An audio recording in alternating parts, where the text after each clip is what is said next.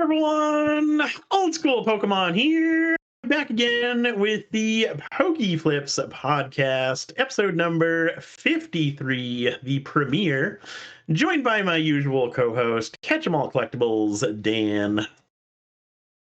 We're not live yet, but we will be live in about 10 or 15 minutes when this premiere is over. We are live tonight with Oak and Greeny from the fellow competing podcast, the Slabbed podcast. So looking forward to having them on tonight. Looking forward to have a nice lively chat hanging out with us for the duration of it. But we do have a couple questions from last episode that we're going to cover before we go live. And then we also have kind of a new segment we'll be adding that we'll discuss. So first question came in from Stuart. Do you guys oblige international buyers when they ask for a bundled listing to save on shipping? Also, is there a logical reason from eBay's perspective as to why they can't allow combined invoices through GSP or international shipping? I don't know exactly why. The only thing I think is potentially like customs related things. Another thing you need to keep in mind is the value cap. So every country has a different limit. I know for some of them it's $2,500. I think it's kind of a risk-based thing. The worse their postal systems are, generally the lower value limit is that's allowed to go through GSP. So if someone's asking to bundle like 10 $500 items, it likely can't happen all in one listing just because you'll exceed that limit. It's a real hit or miss thing whether or not I'll do it. It's infrequent that I do. The first thing that I always suggest is go to eBay US instead of their local eBay, because eBay US, many buyers have done this successfully through me. Some can't, many can. I don't know what the issues are, but they can add several items to their cart, check out in one fell swoop, and then it does bundle things for them. Some buyers are unable to figure it out on their end. I don't know if that's user error or maybe it's just the country they're in, wherever it may be.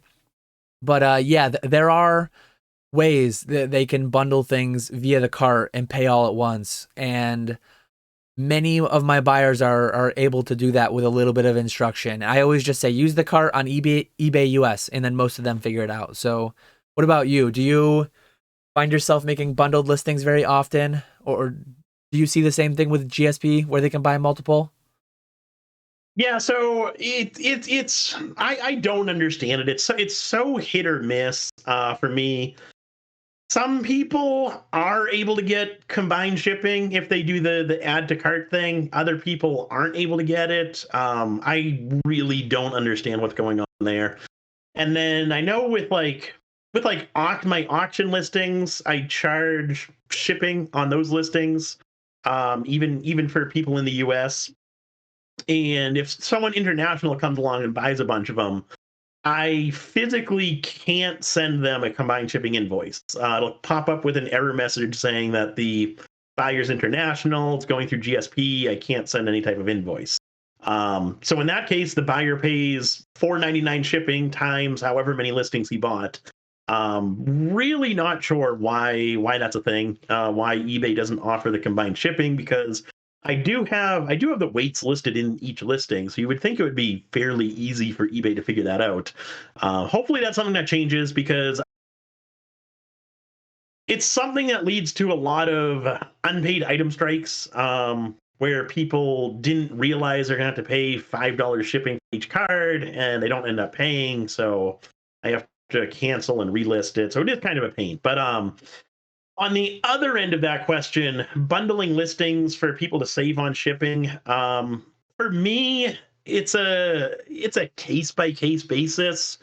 If they're buying a whole bunch of low-end cards, like if someone comes along and wants a bunch of like $2 cards, I'm probably not going to do it, because that's a lot of work on my end, having to go back and edit the quantity of each listing and then remember which cards that buyer purchased when it comes time to actually package that order and all of that stuff. If it's higher end cards, like graded cards, stuff like that, then I'm more likely to. But even with that, I just recently had a buyer who actually sent me a bunch of offers on stuff. I accepted those offers, and then he realized that the shipping was going to be whatever amount eBay was charging. It wasn't combining shipping because he was international. And in that case, he actually reached out to me, bundle all his listings, and it was if it was my own cards, I probably would have. But in this case, it was like 3 different consignees that I'm working with. So through Buy It Now listings, and so in that case, it becomes a lot more challenging for me to figure what I'm actually paying out each consignee, because in one listing, it's hard to figure out what the fees were for each of those individual cards. So in that case, I told him it wasn't, and we ended up canceling all the things that he purchased.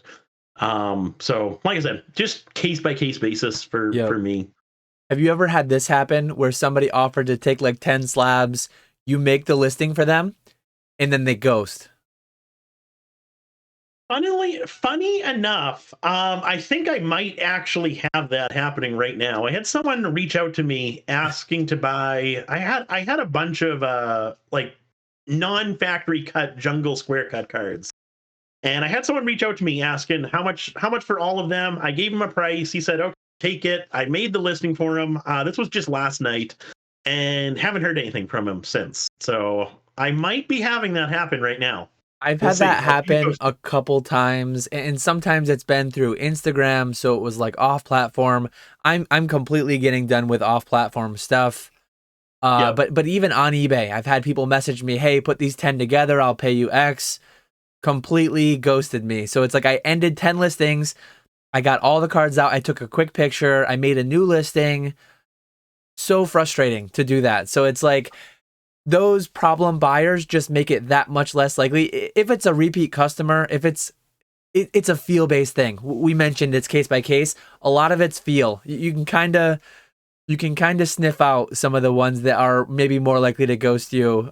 Just you can look at their feedback quick, or just the way that they interact too, the way that they message. But overall, 90% of people who I tell to use the cart and use eBay.com, they check out 5 minutes later with multiple items and all paid at once, all in one order. So it definitely can be done. If you're international, please just look into it.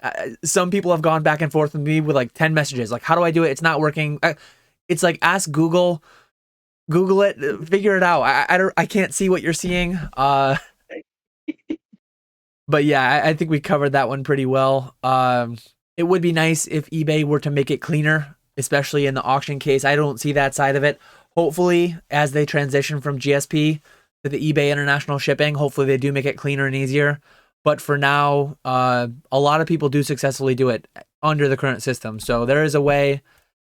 It's likely just a little bit more tedious, whatever, than it should have to be. Next question came in from Slabbed Podcast. So thanks, Greeny and Oak. I don't know which one of them it was, but do you think as sellers full-time you can experience burnout? Absolutely. I try to do business and I try to make content and I try to just do everything in a way that I don't do that. But as with any job, there are certain aspects of it that I'm not a big fan of. One of them being problem eBay buyers who ask me to lot 10 things together and then ghost me. I burn out on that for sure. But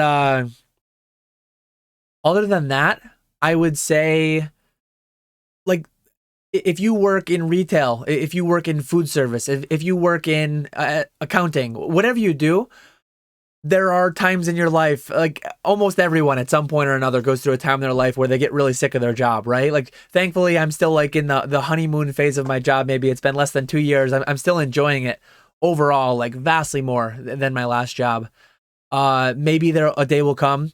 If and when it does come, I will try to just do my best to, I mean, if it's YouTube, I'll just stop posting as many YouTube videos. If it's social media, like I could just step away from social media in some aspects and then continue. If it's packing orders, if it's sourcing cards, like if it's those kinds of things, it's a little bit tougher because like those are integral parts of the job. But thankfully I really enjoy a lot of what I do, and I've not personally at this point, but that said, it absolutely can be something. And to be fair, like maybe I did to a small extent, like because I used to do 3 videos a week. I do 1 video a week now and 1 live a week. So I've just adjusted. If and when I start feeling like this is too much, this isn't working for me, I just make a change before it becomes a big problem. And that's the great thing about being like a one-man operation. The flexibility is just unmatched. Like I can shift my schedule, I can change what I want to do, and having that freedom to just adjust things on the fly, I think makes it easier to avoid the burnout. What about you? 100%.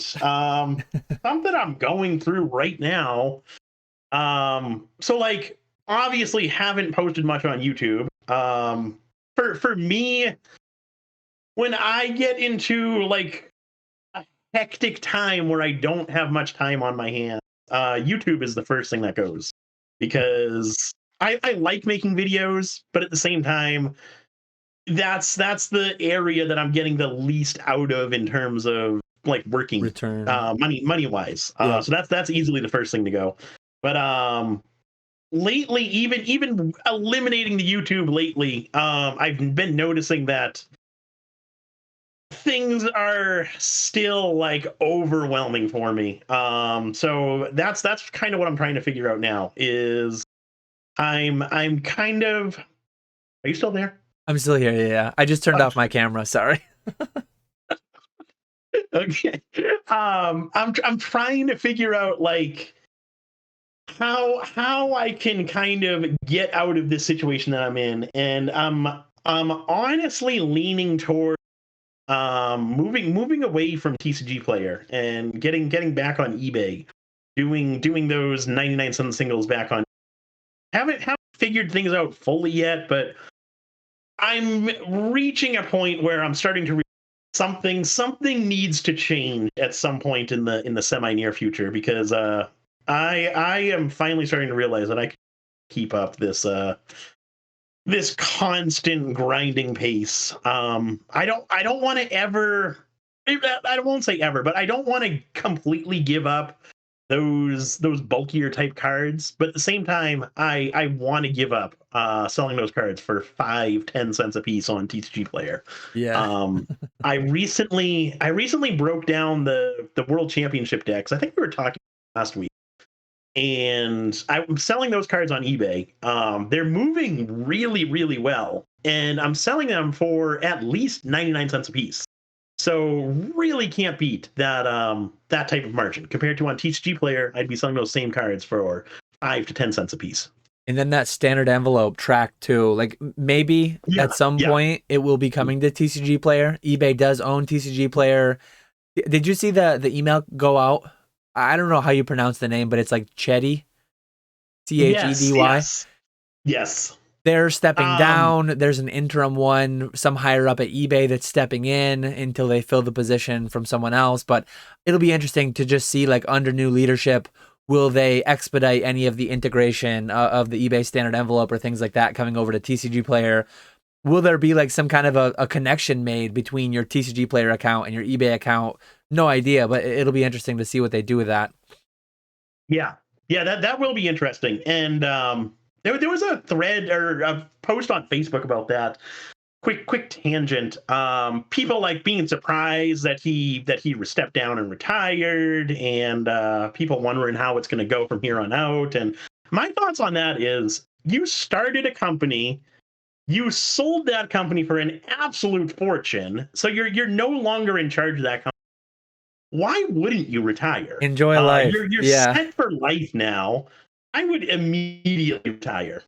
A big part of me doing this, like self-employment, not being the corporate engineer type thing, is like the freedom. And I hope, again, it's not going to be retiring on a beach at 40, but if I can set my own schedule and work, not even necessarily limited hours, like I'm fine putting in 40, 50, 60, 70-hour weeks here and there. Mm-hmm. But if I just want to like drop things for a couple weeks and do something else, like that flexibility, that freedom is awesome, especially for like mental health and avoiding burnout and things like that. So it doesn't come to a surprise to me at all. Like I have no idea who that person is. I've heard the name a bunch, but I have no idea who they are. But they mentioned in the email just like focusing on family and enjoying life. And it's like, That's the goal. That's the dream. Yeah. Someone buy me out. I think Mason. I was in a live recently where I think Mason was joking about, maybe it was one of my lives or I forget where. But yeah, buy me out, please. Send your bids. Catch them all collectibles at gmail.com.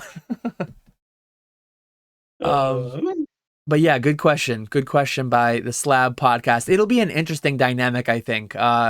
Only in a few minutes from as I'm saying this for you guys, several hours for Nick and I. We're recording this early Tuesday afternoon, but it'll be a cool dichotomy, I guess, where you have the one podcast of the two full timers, and then the one podcast of the two part timers, side hustlers, whatever you want to call them. So it'll be a fun chat, I'm sure.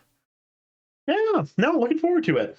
And then we did have one final thing. I turned my video sharing off to Nick because I realized it was making us lag a little bit. I forgot I had it on. So Nick can't see this, but PokeMartin, appreciate you, PokeMartin, with the interesting idea. Are you guys down to do a new segment where you look at a viewer's eBay profile and rate their page, /items for sale, and provide tips and advice? This is absolutely something that sounds really interesting. I mean, we can give it a go. If it doesn't go well, if we're not enjoying it, if you guys aren't enjoying it, we can cut it out, I guess. But plan for next episode. If you want to, leave your eBay username in the comments, and we'll probably just pick one. We'll pick one for the pilot episode, and the way we'll do it, we'll pre-record it. As we're pre-recording this now, we'll do like a quick 5-10 minute segment looking at an eBay. We figured for episode 1 of this, whatever we want to call it, for the pilot test run, we're gonna roast each other's eBays. we'll do less rating and more just roasting, probably. I'd have to imagine. We're not gonna like script it or anything. We'll just turn on the camera, hit record, and then I'll make Nick go first, and I'll see how rough he is on me, and then I'll rebut with my things on his. But I think it could be fun. Not only fun, but I think it could be actually really useful too. If there's just like low-hanging fruit adjustments, like, oh, hey, and there'll be certain things where there's no right answer. Like, oh, you use photos, maybe scans would be better, or vice versa. Maybe add this to your description thing. You're a little bit liable because you said this or that. We'll see where it goes. But yeah, I think it could really be interesting. Anything else you want to add on the eBay rating live review thing? No, I think PokeMartin, that was a great suggestion. I really like that idea, and I think it will be useful. Obviously, me and Dan have been selling on eBay for a long time, so might be able to help some of you guys out with a few quick tips and tricks on how to maybe improve, doing good, stuff like that. So I think it'll definitely be useful. So yeah, like Dan said, if any of you guys are interested, we'll probably pick one each premiere that we do. So yeah, just leave your eBay username in the comments, and one of you might be featured.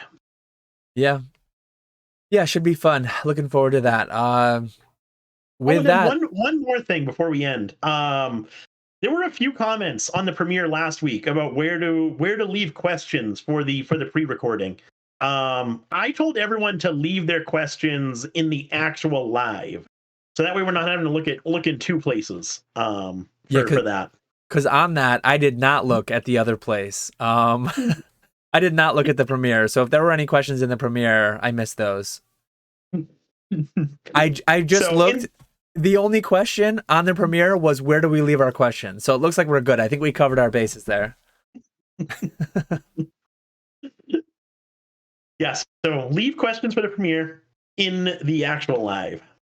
Yep. And that covers everything. So with that, we will push you right into the live with Nick, myself, Adam, and Josh.